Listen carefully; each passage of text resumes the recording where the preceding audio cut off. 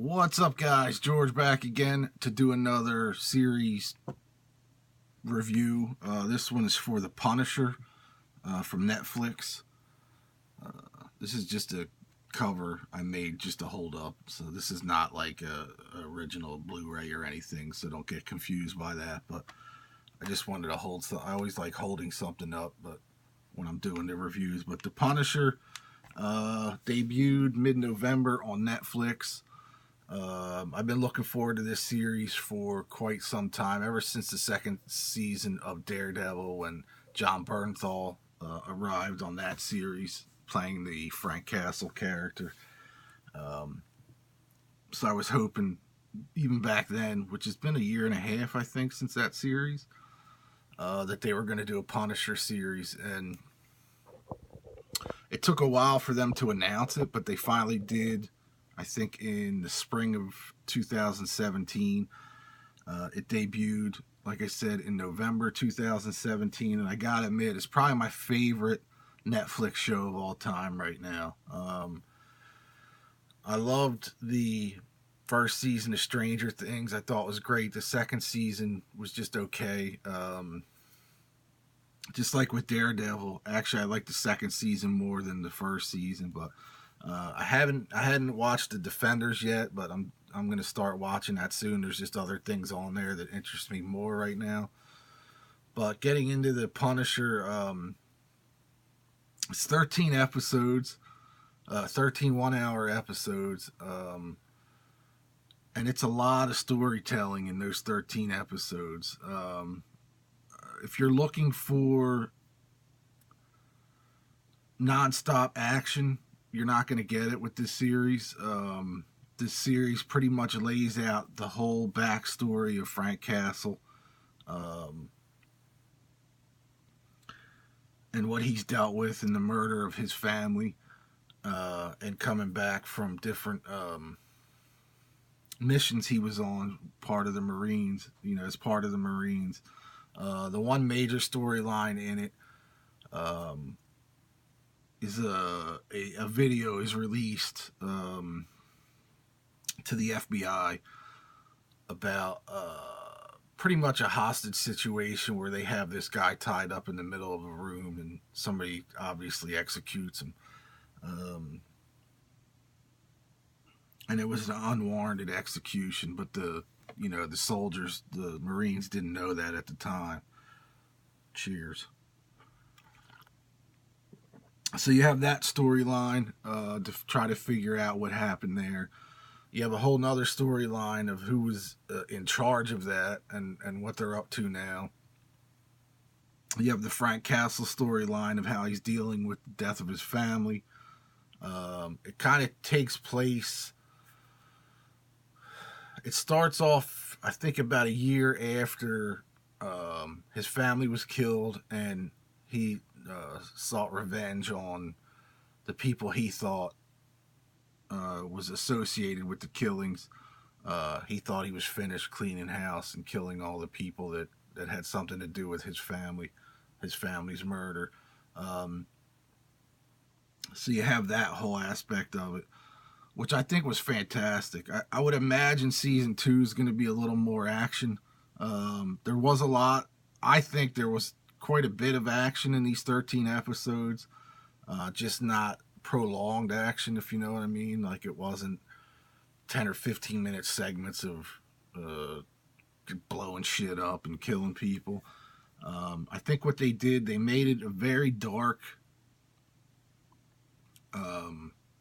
story and a very dark setting in this series, which I thought was amazing. I think John Bernthal's the best on-screen Punisher that there has been yet.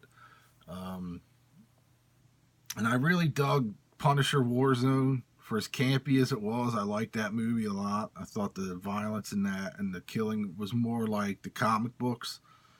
And I dug the first movie with Thomas Jane. I thought was a pretty decent story with a little comedy. Not like laugh out loud comedy, just tongue in cheek stuff. And I haven't seen the Dolph Lundgren version in a long time, but I remember kind of liking that film. I just didn't think it was perfect because I've always been a huge Punisher fan. And I don't think he donned the skull vest in that one. I thought that was like the only downfall. It's like you're the Punisher, but you don't have the, your skull shirt or whatever you want to call it, vest. So I thought John Bernthal was amazing as the Punisher in this film, in this series. It kind of has the vibe of the early comic books where they set up the whole story first, and then they get into the different missions and the action and everything. And that's what I really thought about this series. I just thought it was an amazing series. It was well filmed. The cinematography on it was great. Few little CGI things with bullet hits and blood splatter just weren't perfect.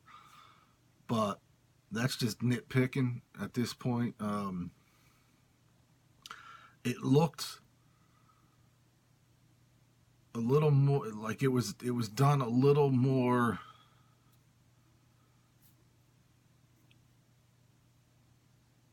I don't know, they spent a lot more money on this series than Daredevil. And like I said, I haven't seen the Defenders yet. I don't even know if he's in that or not. I think he makes a cameo in it. So I'm really excited for season 2 if they announce it, or hopefully they will. Because this whole season kind of wraps up at the end. There's a few little things that could happen, but I would imagine that they filmed it in case there wasn't a season 2, I guess, if that makes sense. But I just thought it was an amazing series. Definitely, in my opinion, the best Netflix series right now. And like I said, I love Stranger Things the first season. I wasn't a huge fan of the second season. It was almost a forgettable season to me, really. It was just okay. And like I said, there's other series up there now that look interesting that I'll probably do a review for at some point.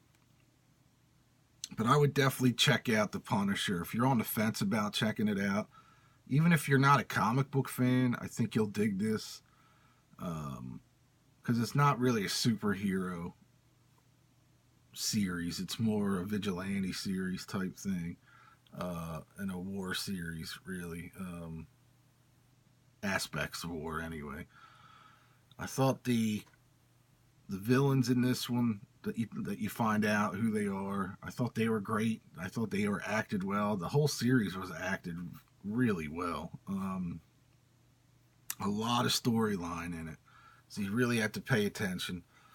But like I said, if you're looking for like a Punisher war zone, just constant shooting and violence, you're not going to get it, which is fine with me. Like I said, I liked Punisher Warzone for what it was. It was fun. It was kind of like the Warzone comic, which was an adult-based Marvel comic, with the violence. I just think that John Bernthal nailed it as the Punisher in this series. And I really hope they pick it up for a second series. I would imagine they would. It's getting great feedback all over the place. I think the only negative thing I heard really about the series was the lack of violence and action in it, but it's there. It's just not constant. And people, I guess, were assuming that it was going to be constant violence and constant action, but I like the way they set up everybody's character in this. They told a great story, a few different stories, actually.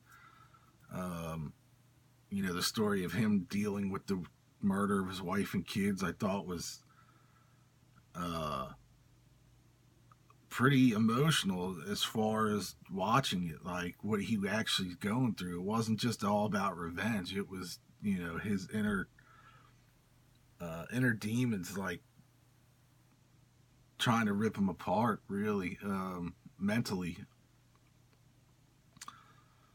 You know, and obviously Frank Castle's not a stable person to begin with.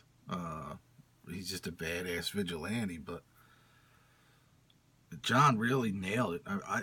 It was amazing to me because I liked Shane on I liked his character of Shane on Walking Dead. I thought it ended way too soon. I mean, I know that's how the comic, you know, that's how it ended in the comic, but I thought he was amazing on Walking Dead, and he's better as the Punisher. He's better as Frank Castle. Anytime I see his character, or see him as an actor on anything else, I used to say, look, it's Shane. Now it's, hey, look, it's the Punisher. It's weird. He's definitely going to be, I think he's definitely going to be more well known as Frank Castle than he was Shane after this series gets out there and people see it and watch it and love it as much as I did. Hopefully they will.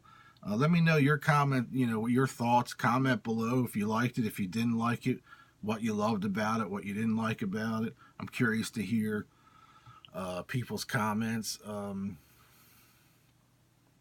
I know like I said, the main